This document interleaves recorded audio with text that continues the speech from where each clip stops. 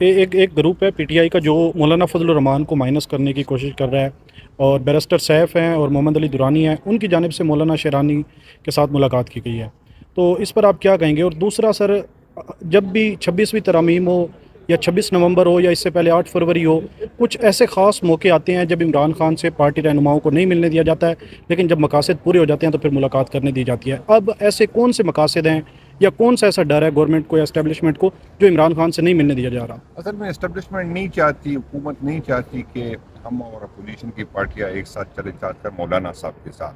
تو اس میں کوشش بھی کریں گے، پارٹی کے اندر سے بھی لوگوں کو جو ہے اس کو ذمہ داری دیں گے، پارٹی سے باہر بھی لوگوں کو خان صاحب سے رابطے کٹوا دیں گے تاکہ اس کی طرف سے کوئی پیغام نہ آئے. باقی درانی صاحب کا پارٹی کے ساتھ کوئی تعلق نہیں ہے. بیرسٹر صاحب حکومت کا تو ہے لیکن پارٹی میں اس کی کسی کوئی ذمہ داری نہیں ہے. تو خان صاحب نے جو کمیٹی مقرر کی ہے وہ فیصل صاحب کی سربراہی میں ہے، وہ فائنل ہوگی. اس کے علاوہ اگر کوئی ملے یا ذاتی ملاقات تو ہو سکتی ہے، وہ پارٹی کا نہیں. سر، اپوزیشن کے جو آپس میں مذاکرات جاری ہیں مولانا کے ساتھ دوسرے جو احتجاجی تحریک کے لیے، تو وہ کہاں تک پہنچے اور احتجاجی تحریک رمضان کے بعد ہوگی؟ ان شاء اللہ تعالیٰ امید تو ہماری یہی ہماری خواہش ہے کہ ہم اکٹھے چلے. کل بھی ہماری میٹنگ تھی اچک صاحب کے آفس میں، اور ہم 25-26 کو ایک کانفرنس کر رہے ہیں آئین کی بالادستی، قانون کی بالادستی کے لیے. تو ان شاء اللہ تعالیٰ مختلف لوگوں کو آج بھی ہماری ایک وفد کراچی جا رہی ہے جو 2-3 دن وہاں اسٹے کرے گی، اور سندھ کی قیادت کے ساتھ اس کی ملاقات ہوگی. ان شاء اللہ تعالیٰ ہماری یہی کوشش ہوگی کہ ان کانفرنس میں زیادہ سے زیادہ جو اپوزیشن کے لوگ ہیں ان لوگوں کو اکٹھا کرے جو آئین کی اور قانون کی حکمرانی کی بات کرتے ہیں. ان شاء اللہ تعالیٰ اس میں پولیٹیکل لوگ بھی ہوں گے، اس میں ریٹائر بیوروکریٹ بھی ہوں گے، جج بھی ہوں گے، جرنیل بھی ہوں گے جو چاہتے ہیں کہ ملک میں آئین کی اچھا، شیر افضل مروت کے حوالے سے بتا دیں سر، وہ شیر جو اس میں بہت الزامات لگا بدلا رہے ہیں. چکا ہوں، وہ فیصلہ خان کا ہے اور میرے اس کے ساتھ نیک خواہشات ہے، تھوڑا سا یہ بتائیے گا. اور دوسری بات یہ کہ پاکستان تحریک انصاف جو ہے ان کی قیادت آج چیف جسٹس سے ملاقات کرنے جا رہی ہے، تو اس ملاقات کے حوالے سے کوئی میٹنگ ہوئی ہے، کوئی لائحہ عمل بنایا گیا کہ کیا کرنے جا رہے ہیں اور وہاں پہ کیا اپنے جو پالیسیز ہے وہ دیں گے، ان کے سامنے پیش کریں گے؟ بسم اللہ الرحمن الرحیم. بالکل ہماری جو سینئر کی تھی وہ چونکہ اس میں میری ذمہ داری نہیں تھی، جو سینئر قیادت تھی اور زیادہ تر اس میں سپریم کورٹ کے وکیل صاحبان ہیں، وہ آج انشاءاللہ چیف جسٹس صاحب سے ملیں گے. اور یہاں پر جو جس کے لیے ہم یہ جہد کر رہے ہیں، جو قربانیاں دے رہے ہیں کہ قانون کی حکمرانی ہو، آئین کی حکمرانی ہو، تو اس کی جو آئین کی وائلیشن ہوتی ہے، جہاں پر جو فیصلے نہیں مانے جاتے، جو ہمارے ورکر کے ساتھ جو ہوتے ہیں، جو ہم پہ FIR کرتے ہیں، جو عدالتوں سے ہمیں ریلیف نہیں ملتی، تو یہی جو ہمارے گلے ہیں وہ چیف جسٹس صاحب کے سامنے رکھیں گے.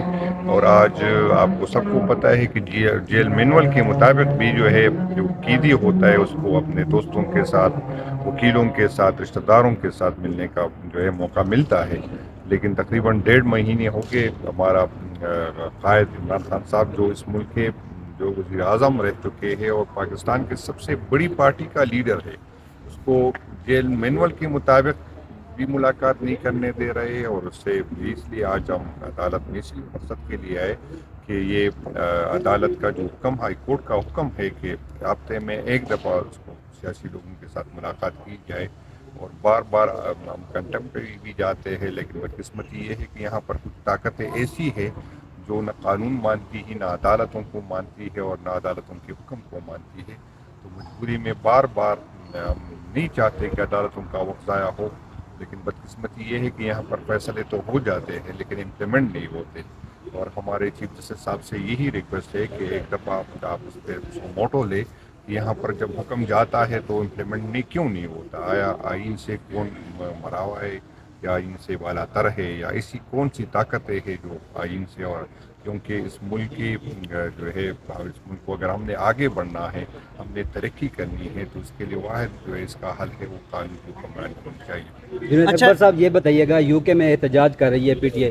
اس وقت نواز شریف نے یو کے سے بیان دیا تھا تو عمران خان نے کہا کہ غداری کر رہا ہے. تو آپ لوگ بھی وہی کام کر رہے ہیں جو اس وقت عمران خان کہتے تھے غداری کر رہے ہیں؟ یہ ہمارے ساتھ جو ہوا ہے، آپ نے یہ تو تاریخ میں کبھی کسی کے ساتھ ہوا نہیں. اگر یہاں پر لوگ وہاں پر احتجاج کر رہے ہیں تو قانون کی حکمرانی کے لیے کر رہے ہیں. جو ہیومن رائٹس کی وائلیشن ہوتی ہے اس کے خلاف ہوتے ہیں. جو یہاں پر ریاست اداروں کی وجہ سے، حکومت وقت کی وجہ سے جو فاصلے بڑھ رہے ہیں، یہاں سے صوبائی تعصبیت کو جو ہوا ملتی ہے، کیونکہ یہاں پر آپ نے دیکھا کہ اکتوبر میں بھی اور نومبر میں بھی صرف PTI کے ورکر کو نہیں،